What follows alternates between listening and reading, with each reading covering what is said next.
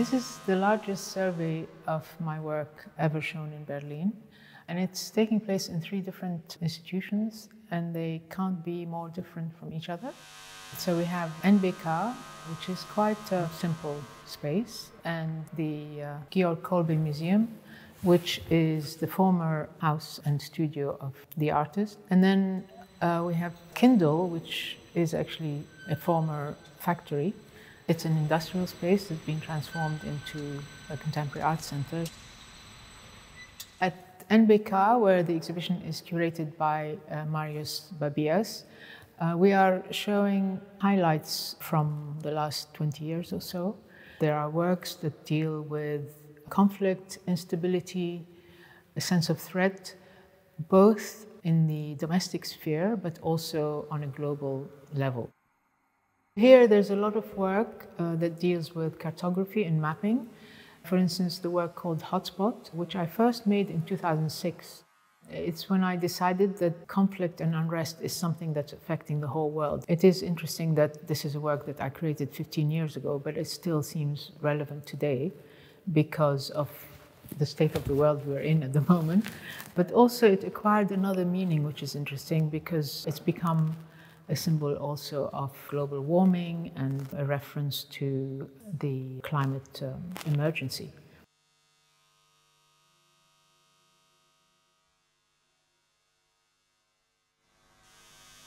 There are also references to the domestic, like in the work that I called Home from 1999. Here there's an assemblage of kitchen utensils lying on the table, and electricity is running through them to light up light bulbs that are hidden under colanders and sieves. And also what I did was to amplify the sound of electricity. So you have this buzzing, humming sound, which adds to the sense of threat. Another work that deals with the domestic here, it's called Mobile Home 2.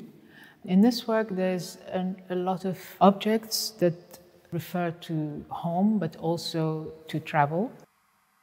This work speaks of populations in flux, about displacement of people and being caught up between barriers and borders.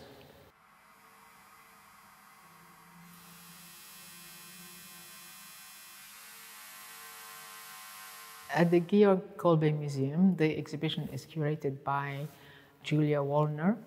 We are showing a selection of 30 works, which also deal with the home and the global, but also works that are more intimate, related to the body, and a number of works that were created in response to the space.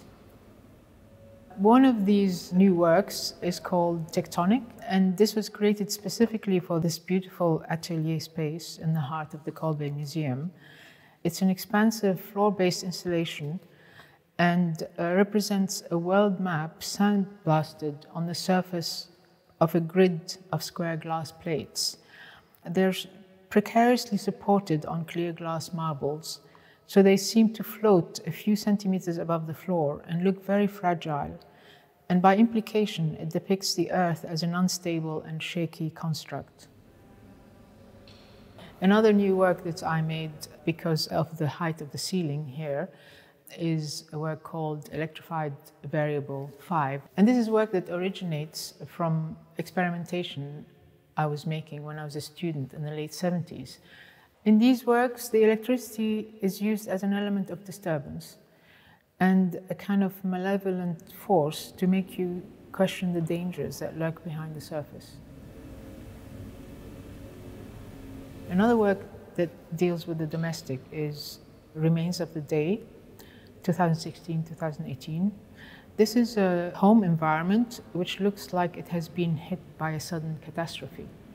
The wooden domestic furniture here is burnt and charred to the core, and the remains are held together by a thin armature of wire mesh that barely keeps them from disintegrating.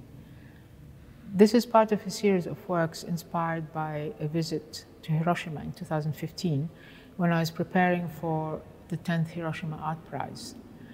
In the context of Hiroshima, of course, this work makes a reference to the devastation caused by the nuclear attack. but it can also represent the aftermath of war or an environmental disaster that could be happening anywhere in the world today.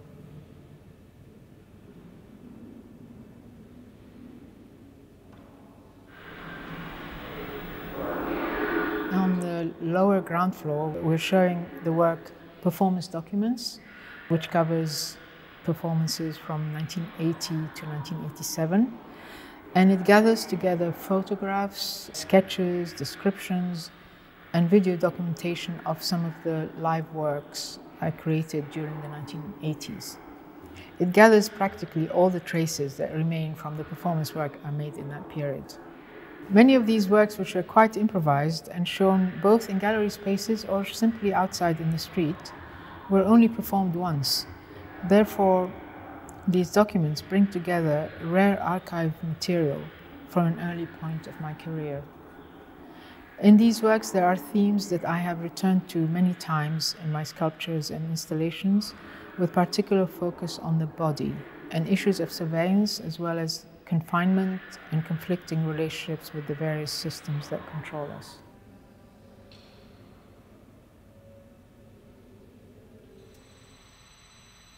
The third venue is this magnificent Kesselhaus in the Kindl beer factory, which has been turned into a contemporary art center. And there I worked with Catherine Becker. So this is a very special space, which of course requires a site-specific installation. Here I decided to take advantage of the vertiginous height of the space. They refer to it as a cube with the dimensions of 20 by 20 by 20 meters. So here I created a tall, gridded structure made of tubular steel that actually rises almost halfway up the height of the space. It looks like the bare bones of a building that could be in the process of being built or stripped for demolition. It is a precarious and shaky structure that sways and moves down as if it's about to collapse, but then it steadies itself and rises again. This is actually based on an idea I've had on my mind for about 10 or 12 years, which I was never able to realize because it seemed impossible to build. It is a work that speaks of our shaky and precarious existence on the brink of collapse with a promise of reconstruction and renewal.